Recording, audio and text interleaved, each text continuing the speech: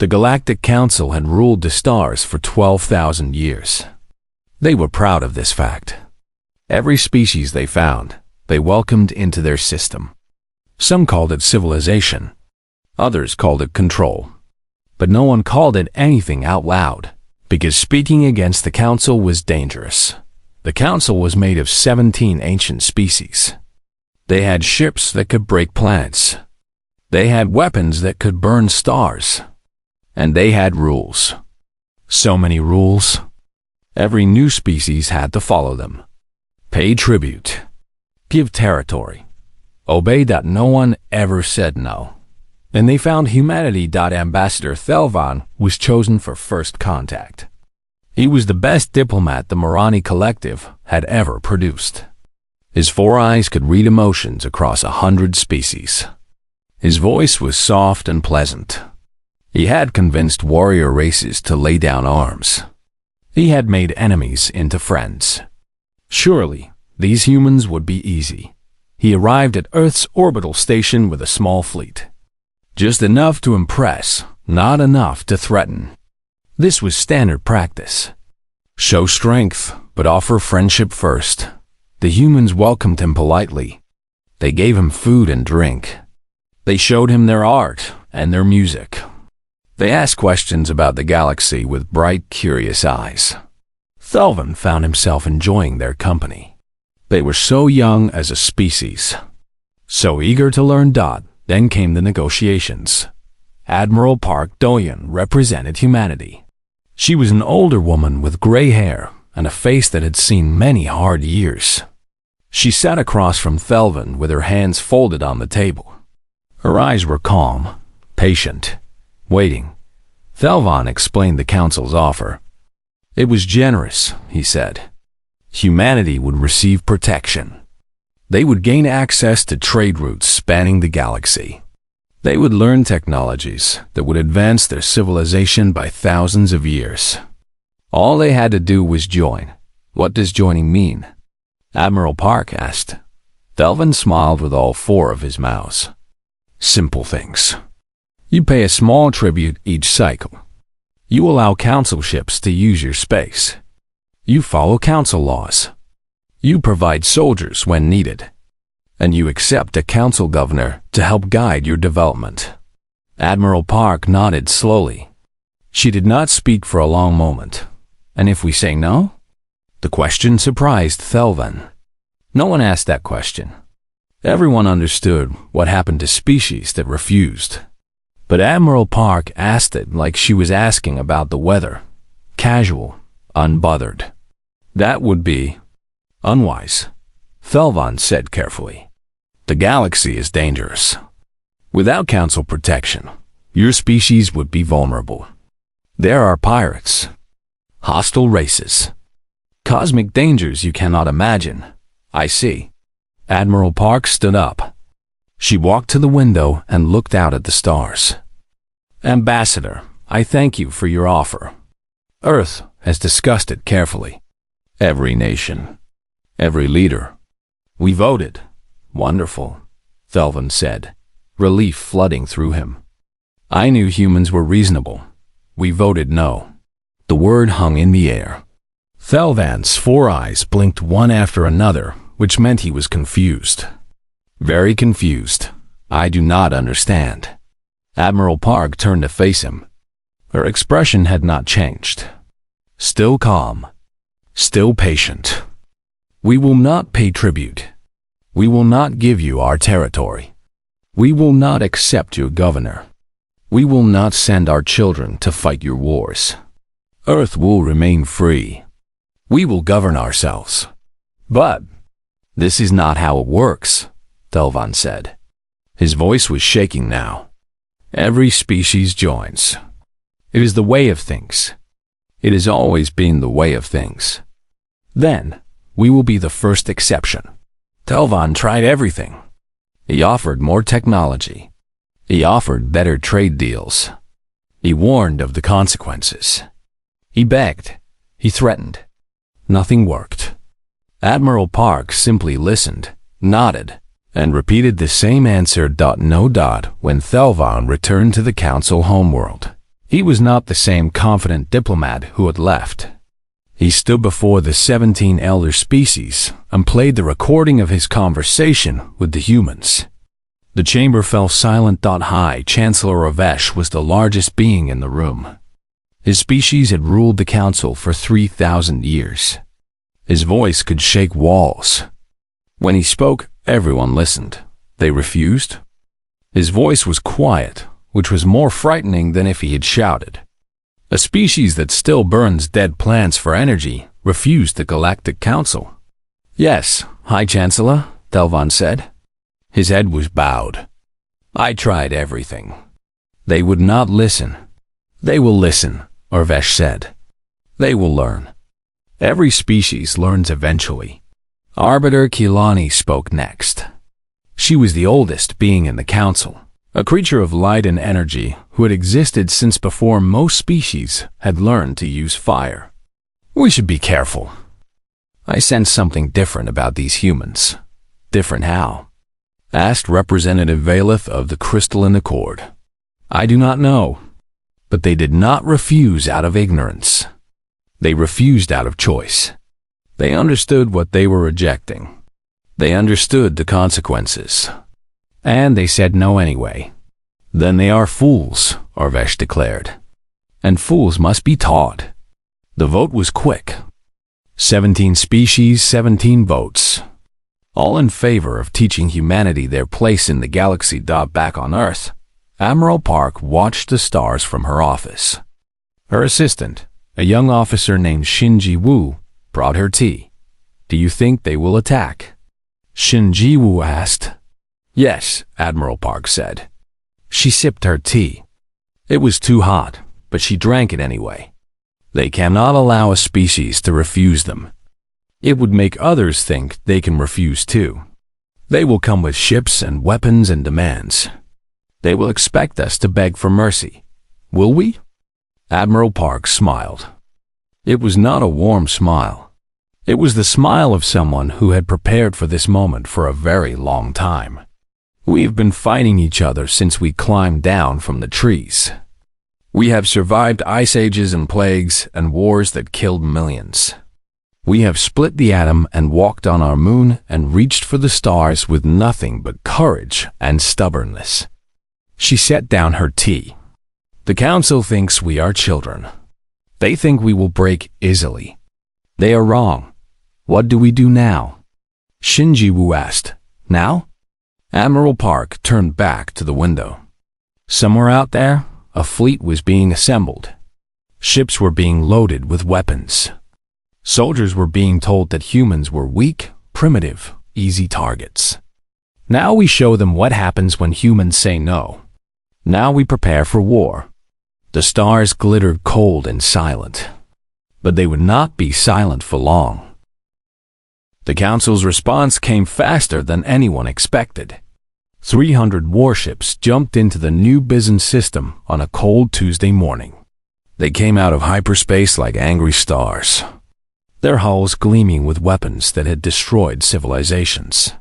Fleet Commander Yorvith of the Crethony stood on the bridge of his flagship, the Eternal Judgment.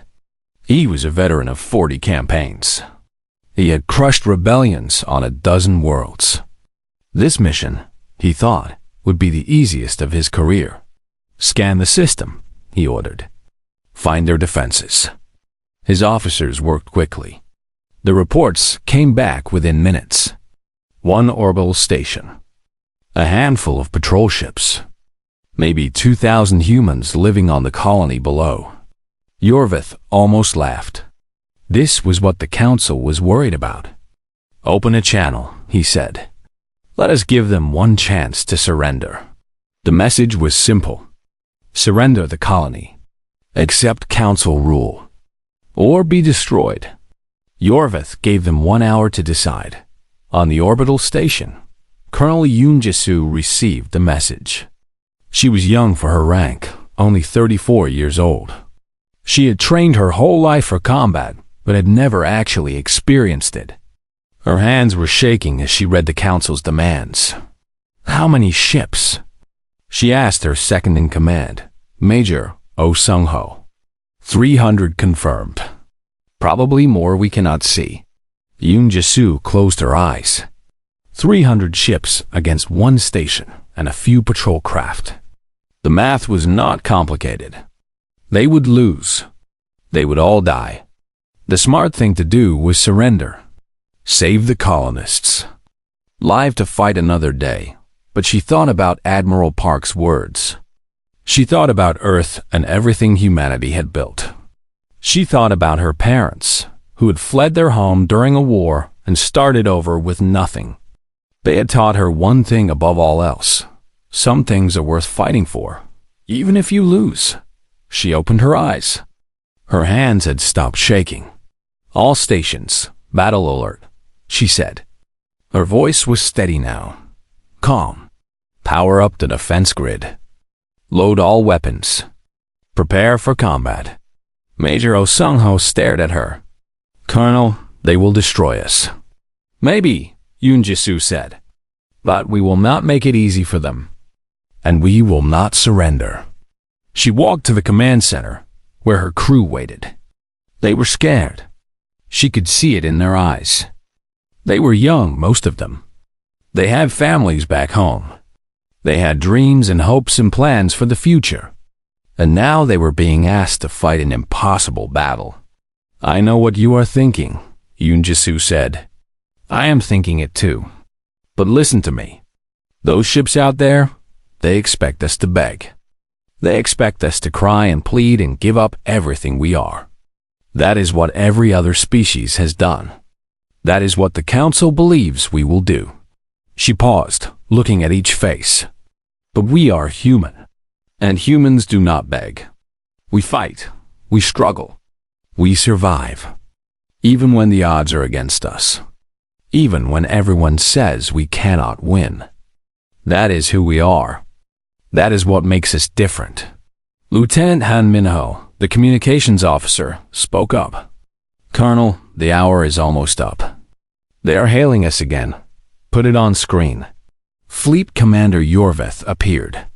His face was arranged in what his species considered a kind expression.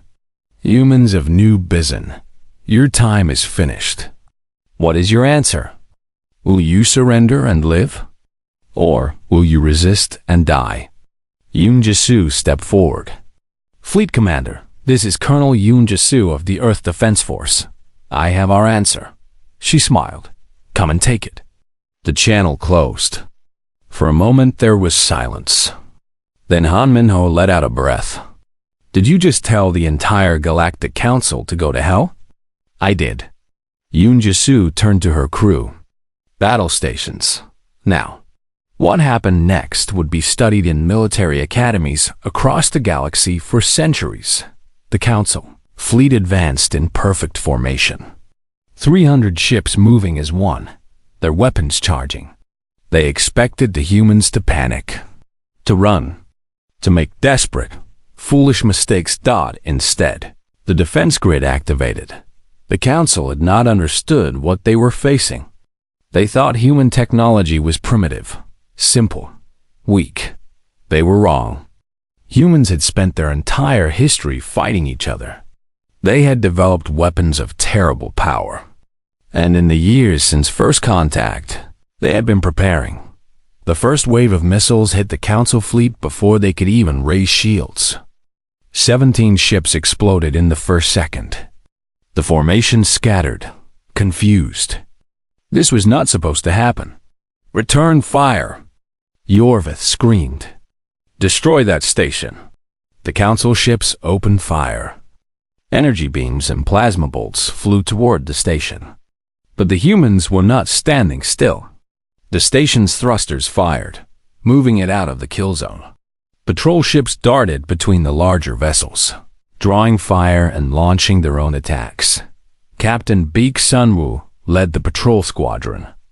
His ship was small and fast, barely armed compared to the Council cruisers.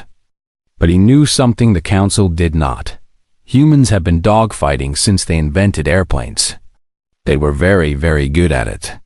Stay on my wing, he ordered his pilots. Hit and run. Do not let them get a lock on you. His squadron dove into the enemy formation. They were like wasps attacking bears, small and annoying and deadly. Every time a council ship tried to target them, they were already gone. And every time they passed, they left destruction behind. The battle lasted 11 minutes. When it was over, 212 council ships were broken and burning. The remaining 88 fled into hyperspace, their commanders screaming for retreat. On the station, Yoon Ji-soo stared at the tactical display. She could not believe what she was seeing. They had won. Against 300 ships, they had won. Casualties? She asked quietly. 12 patrol craft destroyed. 37 dead. Station damage is moderate but repairable. 37 lives. 37 families who would receive terrible news. Yoon Ji-soo felt the weight of each one. But she also felt something else. Pride. Hope. They had proven the humans could fight. Lieutenant Han Minho was crying. We did it. We actually did it. Yes, Yoon Ji-soo said. But this was just the beginning. They will come back. With more ships. More weapons. More anger. She looked at the stars where the council fleet had disappeared. We have made our point. Now we must prepare for the real war. Across the galaxy, the council received the battle recordings. The chamber erupted in chaos, shouting, accusations, fear. For the first time in 12,000 years, someone had said no to the Galactic Council, and they had made it stick. The council chamber had never been so loud. 17 species shouted at each other. Accusations flew like weapons. Fear filled the air like smoke. How did this happen? Representative Valeth demanded. His crystalline body pulsed with angry red light. They are primitives. They should have been crushed in minutes. Our intelligence was wrong, admitted Councillor Thren of the Military Oversight Committee. We underestimated them, badly. Underestimated? High Chancellor Avesh's voice cut through the noise like thunder. Everyone fell silent. We sent 300 warships against a single station, and we lost 200 of them. This is not underestimation. This is humiliation. The Morani analyst stepped forward. She was a small creature with many arms, each holding a different data device. High Chancellor, if I may explain, speak. We have studied the battle recordings. The humans did not win because of superior technology. Their ships are actually weaker than ours in many ways. They won because of how they fight. Explain, Arvesh commanded. The analyst brought up holographic displays. Battle formations. Movement patterns. Attack strategies. Most species develop along similar paths. They create efficient systems. They value order and predictability. Their militaries reflect this. But humans are different. She showed recordings from human history. Ancient battles with swords and spears. Wars fought with guns and tanks. Nuclear explosions. They have been fighting each other for their entire existence. They have never known lasting peace. Every generation has experienced war in some form. This has made them specialized. Specialized how? Asked Arbiter Kilani. They are creative in violence. They adapt quickly. They take risks that other species would consider insane. And they fight with an intensity we have never seen. Our commanders followed standard tactics. The humans did not. They used chaos as a weapon. The chamber was quiet. This was disturbing information. The council had always believed that order was strength. That discipline and structure won wars. The idea that chaos could be a weapon was hard to accept. What do you recommend? Orvesh asked. We must send overwhelming force. Not 300 ships. Thousands. We must not give them any chance to use their tactics. We must crush them completely and quickly. Orvesh nodded slowly. How many ships? 10 fleets. 3,000 warships minimum. Every sector must contribute. We will gather the largest armada in Council history and end this rebellion before it spreads. The vote was unanimous. 3,000 ships would be assembled. Humanity would be destroyed. On Earth, President Bae Sujin received the intelligence report. She read it 3 times. Then she called an emergency meeting of every world leader. She was a small woman with gentle eyes. People often underestimated her because of this. They thought she was soft, weak. They were wrong. She had grown up poor. She had worked her way up through politics with nothing but determination. She had faced threats and insults and attacks. She had never backed down. Not once. Now she faced the greatest threat humanity had ever known.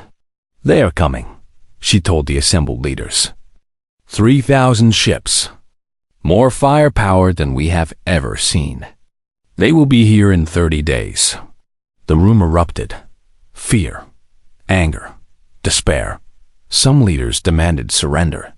Others demanded impossible defenses. A few simply stared in shock. President Bae waited for silence. It took a long time. I know what you are feeling, she said. I feel it too. But we have a choice. We can surrender and hope they show mercy. We can become slaves and pray they treat us kindly. Or we can fight. Fight? The Prime Minister of the Northern Alliance stood up. His face was pale. Against 3,000 ships? It is suicide. Maybe, President Bae admitted. But let me ask you something. What happens if we surrender? Do you think the Council will forgive what we did at New Bizen? Do you think they will let us live as free people? No, they will make an example of us. They will crush our spirit. They will turn our children into soldiers for their wars.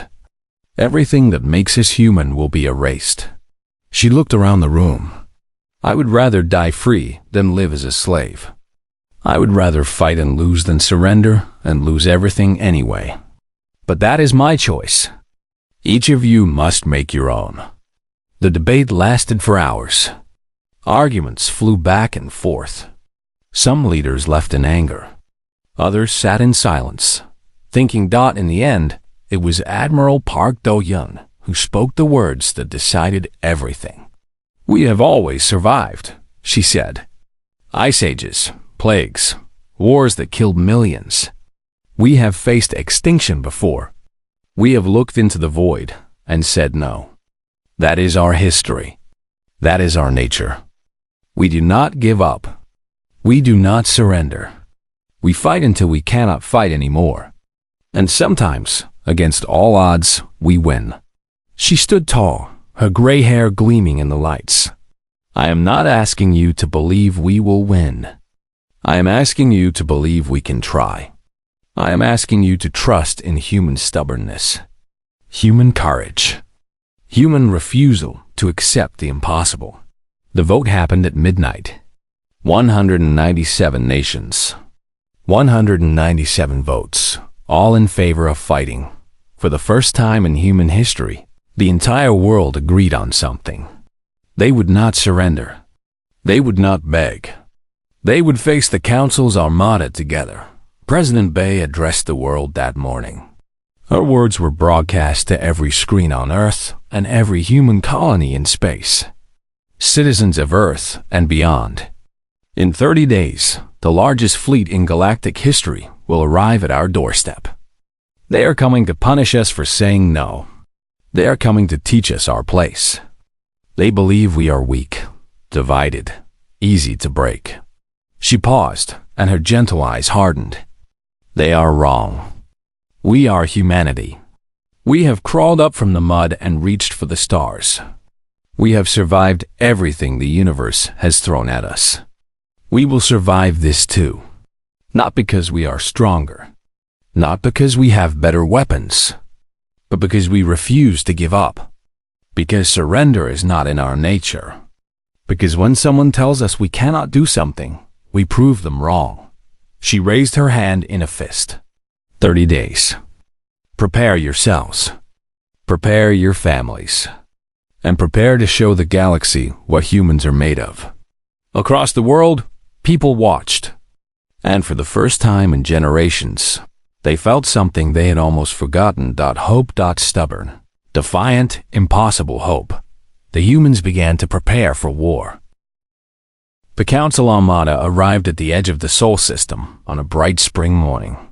3,000 warships emerged from hyperspace like a wall of death. Their hulls blocked out the stars. Their weapons hummed with enough power to crack moons. Grand Admiral Orvis Secundus commanded the fleet.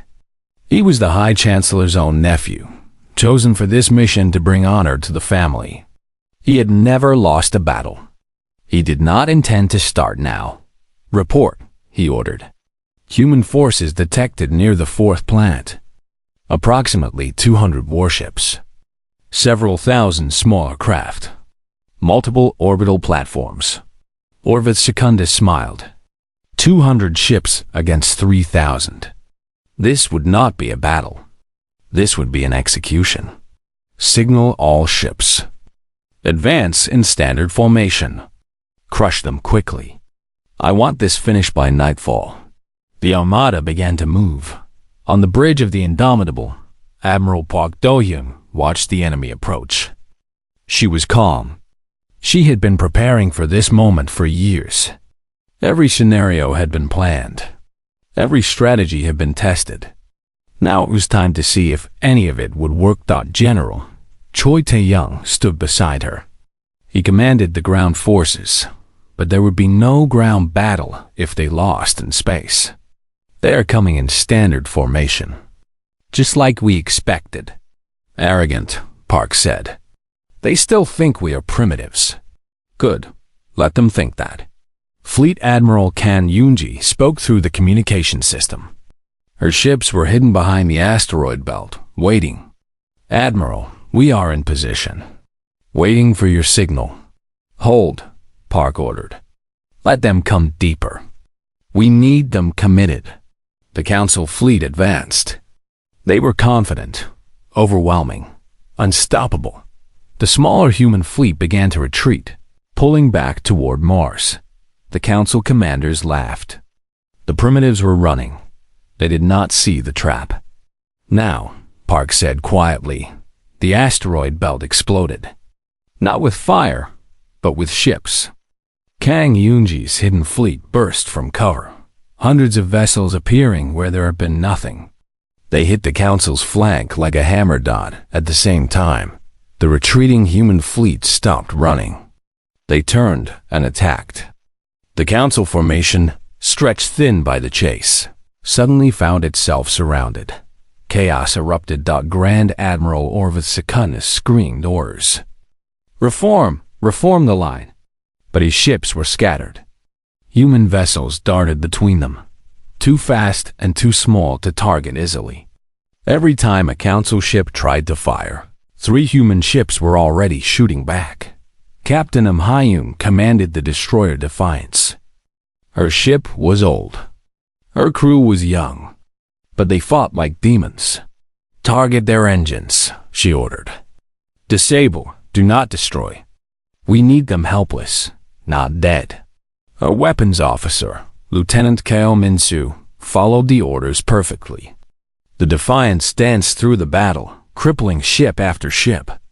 Other captains followed her example.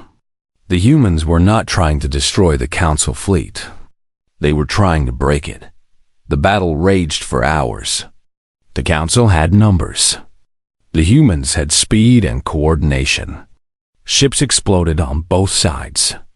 Lives ended in fire and vacuum. In the third hour, the Defiance took a direct hit. The ship shuddered. Alarms screamed.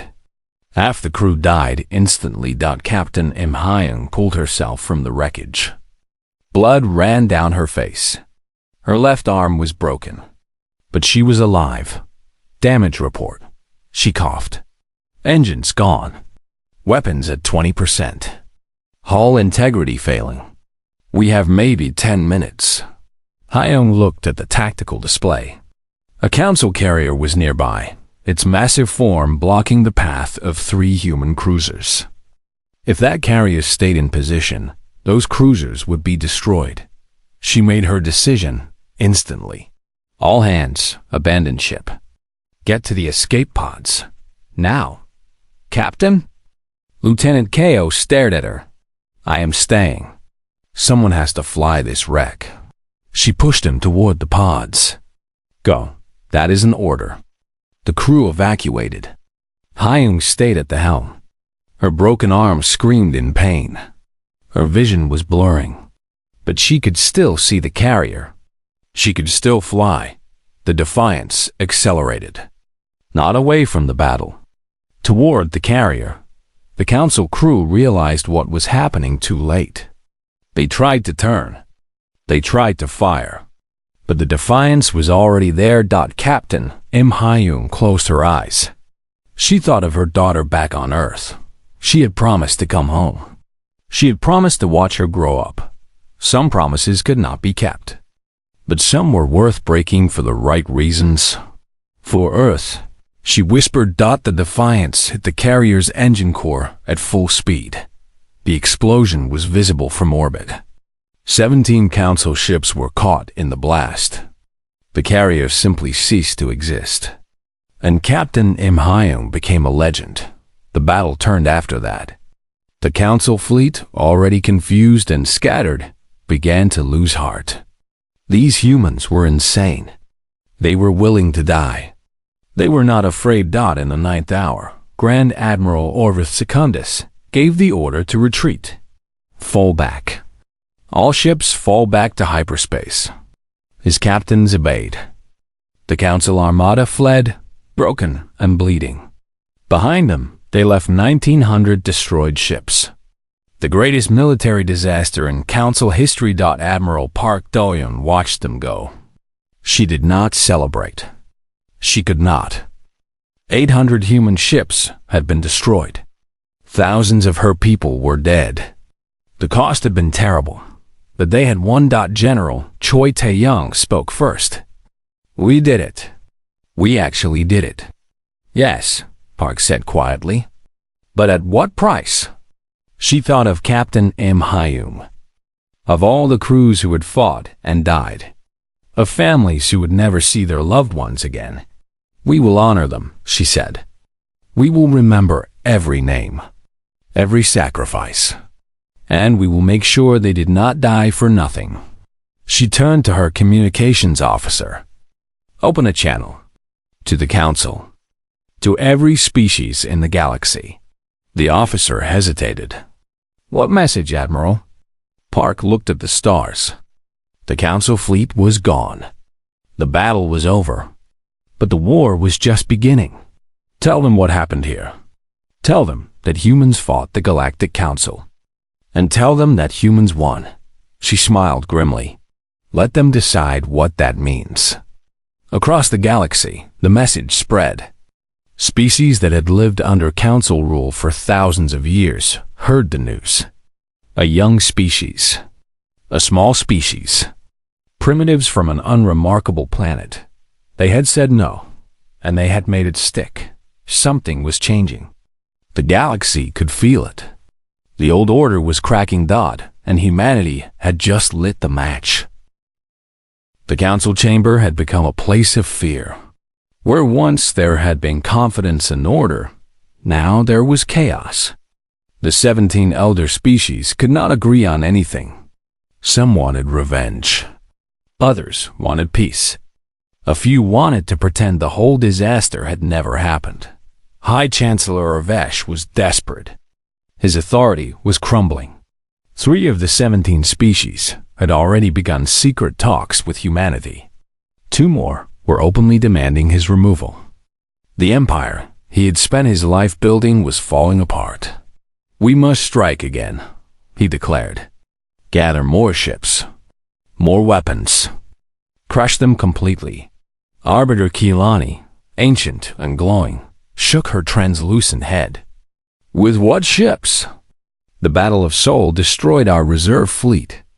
It will take 50 cycles to rebuild what we lost. Then we wait 50 cycles.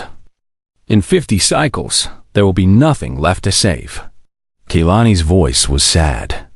Chancellor, you do not understand what has happened. We did not just lose a battle. We lost the idea of our power. Every species under Council rule watched that battle. They saw 3,000 ships flee from 200. They saw that we can be beaten. We will make them forget. We will punish any who speak of it. You cannot punish an idea. You cannot execute hope. The chamber doors opened. Guards rushed in, their weapons raised. But they stopped when they saw who was entering. Admiral Park Do-yeon walked into the council chamber like she owned it. She wore her dress uniform, clean and pressed. Her medals gleamed.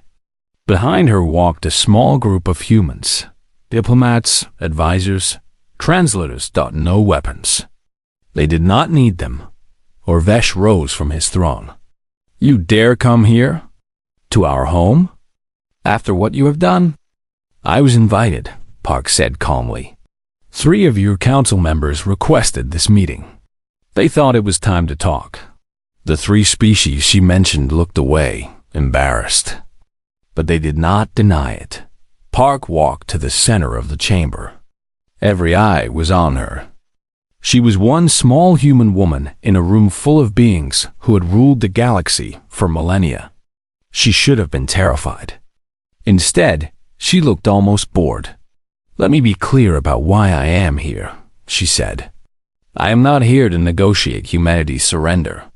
I am not here to ask for mercy. I am not here to beg for peace. Then why are you here? Orvesh demanded. Park smiled. It was not a friendly smile. I am here to make you an offer. The same kind of offer you made to us. Except this one is actually fair. She pulled out a small device and activated it. A hologram appeared, showing a document. Text scrolled across it in 100 different languages. The Human Alliance Charter, Park explained.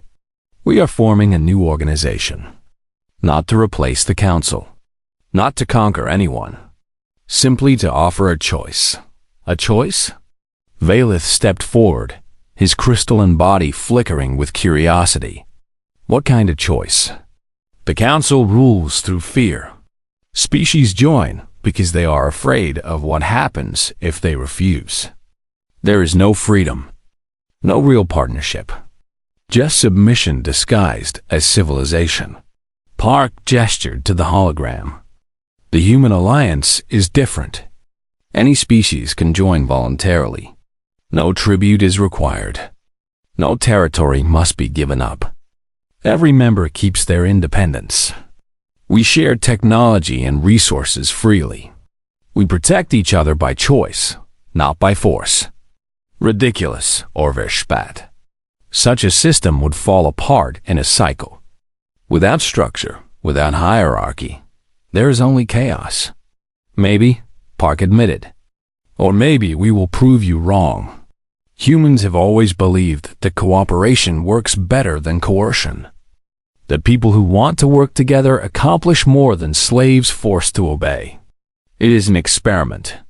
We are willing to try it. She looked around the chamber. Any species that wants to join the Human Alliance is welcome. Any species that wants to stay with the Council can do that too. We are not here to destroy you. We are here to give the galaxy something it has never had. And what is that? Kehlani asked softly. Freedom. Park let the word hang in the air. Real freedom. The freedom to say no. The freedom to choose your own path. The freedom to be wrong sometimes and learn from it. Orvesh laughed bitterly. You are naive. The galaxy is not ready for freedom. Species need guidance, control. Without us, everything will fall into chaos. Maybe you are right, Park said. But that is not your decision to make. It is theirs. She pointed to the doorway.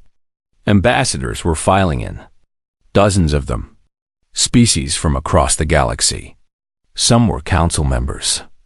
Others were species that had been conquered and silenced centuries ago. They had all come to hear what humanity had to say. We broadcast this meeting to every inhabited world, Park explained. Everyone is watching. Everyone will hear your response. And everyone will decide for themselves what they want to do. Orvesh stood frozen. He understood now. This was not a negotiation. This was not a surrender. This was something far more dangerous. This was a revolution. Over the next cycle, 47 species requested human alliance membership. Some were small, weak species who had suffered under council rule for centuries. Others were powerful members of the council itself, tired of the old ways. The council tried to stop them. They sent fleets. They made threats. But the humans were always there, not conquering, not destroying, just standing between the council and its former subjects, daring them to start another war. No one wanted another battle of soul. The council backed down. Again and again. Within 10 cycles, the Galactic Council had fractured beyond repair. Some species stayed loyal. Most did not. The galaxy was no longer ruled by a single power. It was a patchwork of alliances and independent worlds, chaotic, uncertain, free. Years later, Ambassador Song Yuna sat in her office on the new Galactic Assembly Station. She was humanity's first representative to the Reformed Council, a body where every species had an equal voice. It was messy, inefficient. Arguments could last for weeks.